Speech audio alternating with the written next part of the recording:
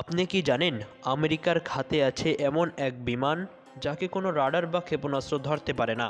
আর আশ্চর্যের বিষয় হলো এই ধরনের বিমান আজ পর্যন্ত কেউ ধ্বংস করতে পারেনি। এটি হলো SR-70 ব্ল্যাকবার্ড, বিশ্বের দ্রুততম গোয়েন্দা বিমান, যা ম্যাক 3.2 গতিতে উড়ে বাতাসকে সংকুচিত করে ফেলে। এই বিমানটি প্রায় 24,000 উচ্চতা থেকে মাটির ছবি তুলতে পারে অবিশ্বাস্য স্পষ্টতায়। তবে জানেন কি, এই ভয়ঙ্করের কারণে ব্ল্যাকবার্ড কোনো অস্ত্র বহন করতে পারে না, কারণ ক্ষেপণাস্ত্র নিক্ষেপের সময় নিজেই ধ্বংস হয়ে যেতে পারে। এই কারণে ব্ল্যাকবার্ড আজও রয়ে গেছে পৃথিবীর দ্রুততম ও নিরাপদ গোয়েন্দা বিমান হিসেবে।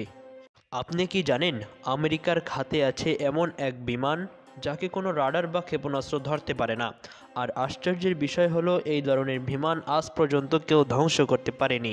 এটি হলো SR-70 ব্ল্যাকবার্ড, বিশ্বের দ্রুততম গোয়েন্দা বিমান, যা ম্যাক 3.2 গতিতে উড়ে বাতাসকে সংকুচিত করে ফেলে। এই বিমানটি প্রায় 24,000 উচ্চতা থেকে মাটির ছবি তুলতে পারে অবিশ্বাস্য স্পষ্টতায়।